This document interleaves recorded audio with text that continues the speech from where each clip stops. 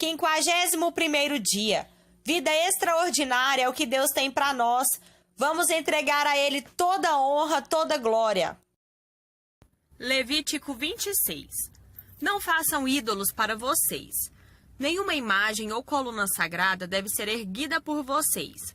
Nenhuma pedra esculpida deve existir em sua terra para que ninguém se curve diante dela em adoração. Eu sou o Eterno, o seu Deus. Guardem meus sábados, tratem meu santuário com reverência. Eu sou o Eterno. Se vocês viverem de acordo com meus decretos e obedecerem fielmente aos meus mandamentos, enviarei as chuvas na época certa. O solo dará suas colheitas e as árvores seus frutos.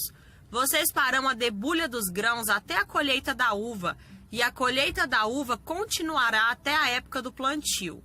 Vocês terão mais que o suficiente para comer e viverão seguros e protegidos na sua terra. Farei da sua terra um lugar de paz, e vocês poderão dormir à noite sem temor. Eliminarei da terra os animais selvagens e acabarei com a guerra. Vocês perseguirão seus inimigos e os derrotarão. 5 de vocês perseguirão 100, e 100 de vocês perseguirão 10.000 e acabarão com eles. Darei a vocês atenção total. Farei que vocês prosperem e cresçam em número e guardarei minha aliança com vocês. Vocês ainda estarão comendo da colheita do ano anterior e já terão de limpar os celeiros para a nova safra. Vou estabelecer minha morada entre vocês. Não os rejeitarei e passearei pelas suas cidades. Serei o seu Deus e vocês serão o meu povo. Eu sou o Eterno, seu Deus pessoal, que resgatou vocês do Egito para que não fossem mais escravos dos egípcios. Arranquei o jugo da escravidão para que vocês pudessem se mover livremente. Mas se vocês se negarem a me obedecer e não observarem meus decretos, desdenhando das minhas leis, pela sua desobediência e fazendo pouco caso da minha aliança, então vou agir e causar pavor entre vocês por meio das doenças, febre alta e cegueira. Sua vida definhará pouco a pouco. Vocês semearão, mas seus inimigos colherão. Vou virar as costas para vocês e ficar de lado, enquanto seus inimigos os derrotam. Vocês serão governados por povos que os odeiam e fugirão apavorados, mesmo quando ninguém estiver perseguindo vocês. E se ainda assim eu não conseguir obter a atenção de vocês, vou discipliná-los com muito mais vigor por seus pecados. O orgulho de vocês será quebrado, o céu acima de vocês será como uma chapa de ferro, e o solo como uma calçada de bronze. Não importa quanto se esforçarem, não conseguirão produzir nada, não haverá mais colheitas nem frutos nas árvores. Se vocês me desafiarem e se negarem a me ouvir, o castigo será 7 vezes pior que seu pecado. Atiçarei os animais selvagens contra vocês, e eles roubarão seus filhos. Matarão seu gado e dizimarão suas comunidades a ponto de vocês pensarem que estão vivendo numa cidade fantasma. Se isso não funcionar e vocês rejeitarem minha disciplina e continuarem a me desafiar, então será minha vez de desafiá-los. Meu castigo será 7 vezes mais rigoroso que seus pecados. Trarei guerra contra vocês para vingar a violação da minha aliança. E quando vocês tentarem formar grupos para se proteger, enviarei uma epidemia mortal sobre vocês que os deixará indefesos diante dos inimigos. Quando eu cortar o seu suprimento de pão, 10 mulheres assarão pão no forno e dividirão entre si. Vocês comerão, mas a comida será escassa. Ninguém ficará satisfeito. Se nem isso funcionar e vocês ainda não quiserem me ouvir e continuarem me desafiando, minha paciência vai se esgotar e castigarei vocês com verdadeira fúria, em proporção muito superior aos seus pecados. A fome será tão severa que vocês acabarão comendo os próprios filhos cozidos e filhas assadas. Vou pôr abaixo seus santuários de sexo e de religião e toda a parafernália que os acompanha. Os cadáveres de vocês e os pedaços dos ídolos estarão na mesma pilha. Enojado de vocês, transformarei suas cidades em entulho. Farei uma devassa em seus santuários. E vou tapar o nariz para não sentir o aroma agradável dos seus sacrifícios. Transformarei sua terra em paisagem devastada. Os inimigos que a invadirem ficarão assustados com o que vão encontrar. Espalharei vocês por todo o mundo e os perseguirei com a ponta da minha espada nas suas costas. Não sobrará nada em sua terra, e nada acontecerá em suas cidades. Depois que vocês tiverem saído e estiverem dispersos pelas nações dos seus inimigos, a terra agora sem vocês finalmente poderá descansar e desfrutar os anos sabáticos. Todo o tempo em que estiver vazia, a terra terá seu descanso, os sábados que nunca teve enquanto vocês viviam ali. Aqueles entre vocês que ainda estiverem vivos terão uma existência de medo e pavor. Entrarão em pânico até com o movimento de uma folha. Eles correrão para lá e para cá, como se estivessem tentando salvar a vida. Mesmo que ninguém os esteja perseguindo, ficarão tropeçando e pisoteando uns aos outros, em total desorientação.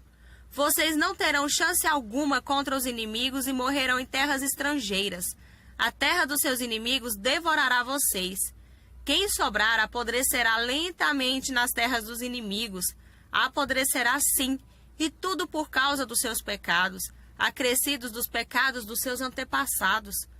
Mas se vocês confessarem seus pecados e os pecados dos seus antepassados, o comportamento traiçoeiro e a resiliência que desencadeou minha resistência e os enviou às terras inimigas, se amolecerem o coração e se arrependerem do seu pecado, eu me lembrarei da minha aliança com Jacó, da minha aliança com Isaque, e sim, da minha aliança com Abraão, e me lembrarei da terra. A terra estará vazia e desfrutará seus sábados enquanto eles estiverem longe. Eles pagarão pelos seus pecados, porque rejeitaram minhas leis e trataram meus decretos com desprezo. Mas apesar do seu comportamento, enquanto estiverem entre seus inimigos, não os rejeitarei, nem desprezarei totalmente. Não quebrarei minha aliança com eles. Eu sou o eterno seu Deus. Por causa deles, me lembrarei da aliança com seus antepassados, a quem eu, observado por todos os povos, tirei do Egito a fim de ser o Deus deles. Eu sou o eterno. Estes são os decretos, as leis e as instruções que o Eterno estabeleceu entre ele e o povo de Israel por meio de Moisés no Monte Sinai. Levítico 27. O Eterno disse a Moisés: fale com o povo de Israel e diga a eles: se alguém quiser dedicar uma pessoa ao serviço do Eterno por meio de um voto, estabeleça o valor de um homem entre 20 e 60 anos de idade em 600 gramas de prata, de acordo com o padrão do santuário. No caso de uma mulher, o valor é de 360 gramas. Se a pessoa tiver entre 5 e 25 anos de idade, estabeleça o valor em 240 gramas para os homens e 120 gramas para as mulheres.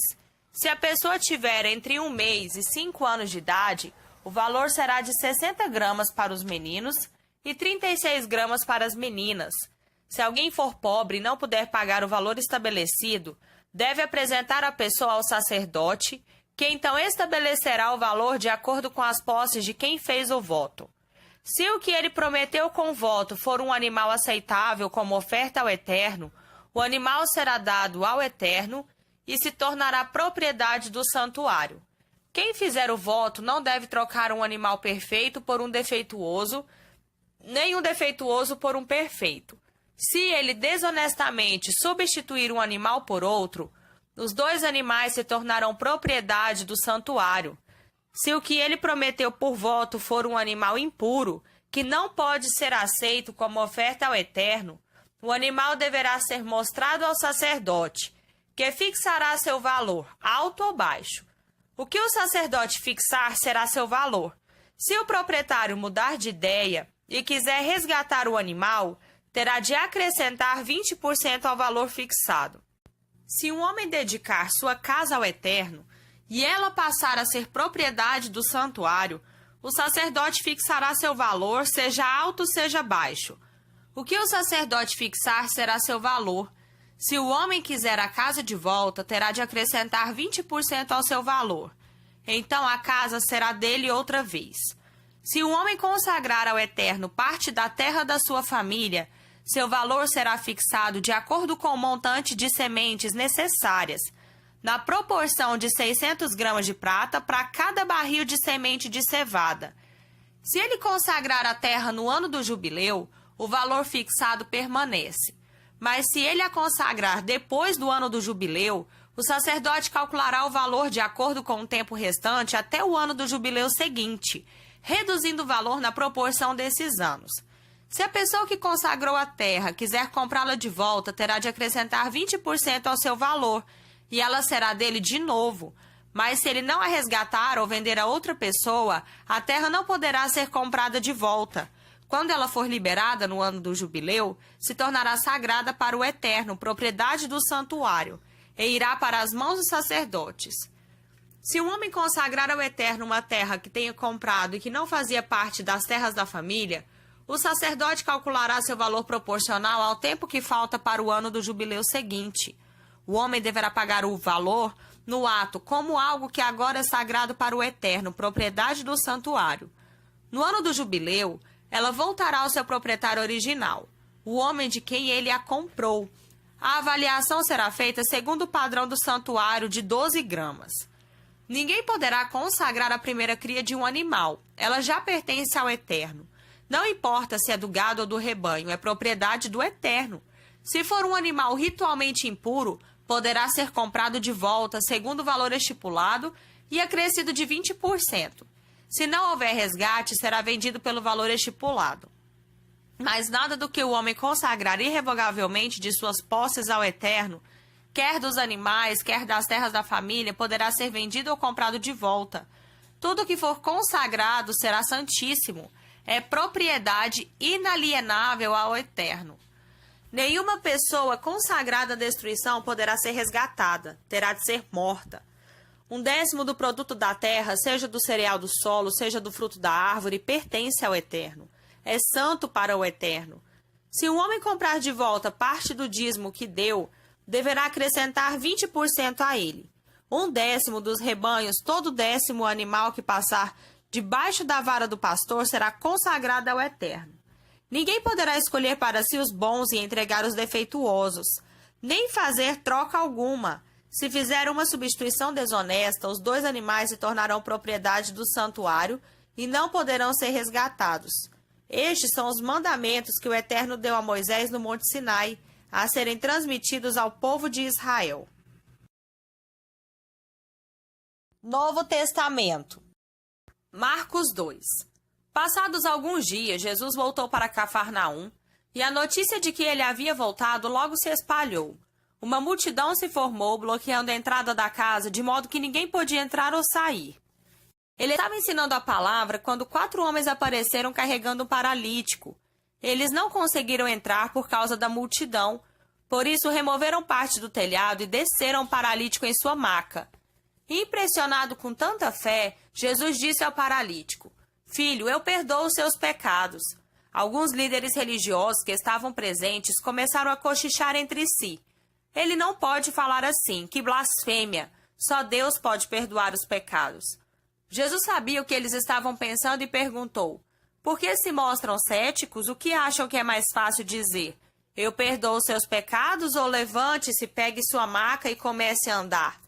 Pois bem, para que fique claro que eu sou o Filho do Homem e estou autorizado a fazer uma coisa e outra." Voltou-se para o paralítico e ordenou: "Levante-se, pegue sua maca e vá para casa." E o homem assim fez. Levantou-se, pegou sua maca e saiu andando diante de todos. Eles esfregaram os olhos, custando a acreditar no que viam. Mas então louvaram a Deus. Nunca vimos nada igual. Jesus foi uma vez mais caminhar à beira-mar e de novo uma multidão foi atrás dele para ouvir seu ensino.